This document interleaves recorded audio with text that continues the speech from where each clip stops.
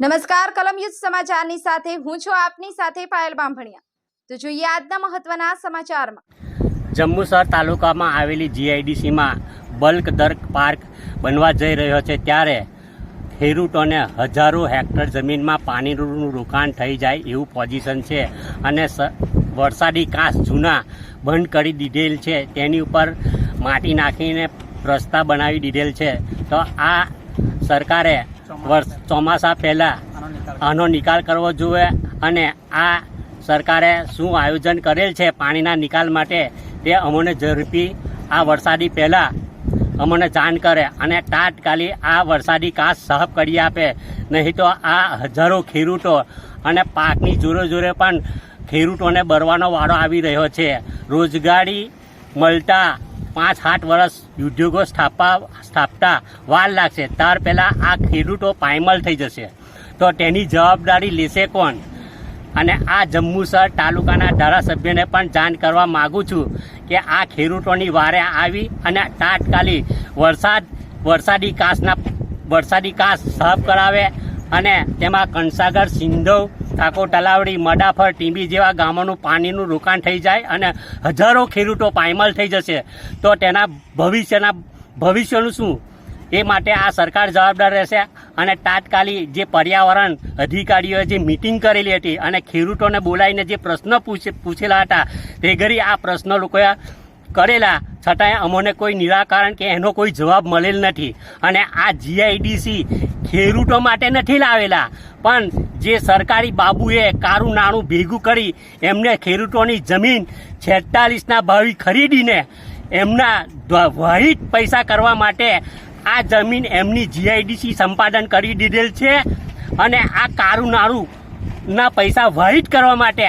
આ સરકારી બાબુ ચૂંટાઈને ખેડૂતોના ટેક્સના પૈસા લઈને આ જમીનો ખરીદેલી છે, એને તાત્કાલિક ધોરણે ઊંડી તપાસ થવી જોઈએ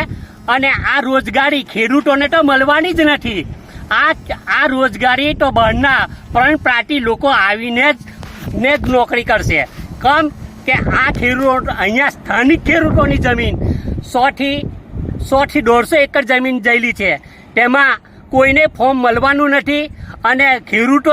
ગમે તેટલું બર કરશે, છતાંય એ કંપનીઓવાળા એવું કહે છે કે આ તમારી જમીન નથી, અમે તો બહારના ખેડૂતોની જમીન લીધેલી છે। તો આ ગામોના ખેડૂતો ક્યાં જઈને રહેશે એનો અમને આ અત્યારથી જ વિચાર આવી રહેલો છે। અને આ કોન્ટ્રાક્ટરો એટલા મોટા માથાભારી લોકો છે કે જેને કોઈ પટ કરવા રાજી નથી। જુઓ, આ માટીના રોડ બનાવી દીધેલા છે, જેને 4 થી 5 ફૂટ ઊંચા રોડ બનાવેલા છે, અને આ માટી ક્યાંથી આવી છે ને આ માટીનું ખોદણની પરવાનગી કોણે આપેલી છે? અને ઊંડા તળાવો ખોદી નાખીને મૂંગા પશુઓ, છૂટા પશુઓ અને ખેડૂતોના પશુઓ અંદર પડી જશે, તો એને બચાવશે કોણ અને એનું વળતર આપશે કોણ? તાત્કાલિક ધોરણે તાલુકાના ધારાસભ્ય, તાલુકાના પ્રાંત અધિકારી સાહેબ, જિલ્લાના વિકાસ અધિકારી સાહેબ અને જીઆઈડીસીના મુખ્ય અધિકારીઓ આવીને અહીંયા આવીને તપાસ કરે અને ખેડૂતોના પાણીનો નિકાલ તાત્કાલિક ધોરણે કરે, અને જો નહીં કરે તો અમે આંદોલન કરીશું। પછી તમે પોલીસવાળાને જાણ કરશો તો અમને મારશે, પણ પોલીસ પ્રશાસનને એટલું કહેવા માગું છું કે તમે આવા અધિકારીઓના વારે ના જશો, તમે ખેડૂતની વારે જજો, તમે પ્રજાની વારે જજો, તો તમારો સાથ તમારી સાથે જ આ પ્રજા રહેશે,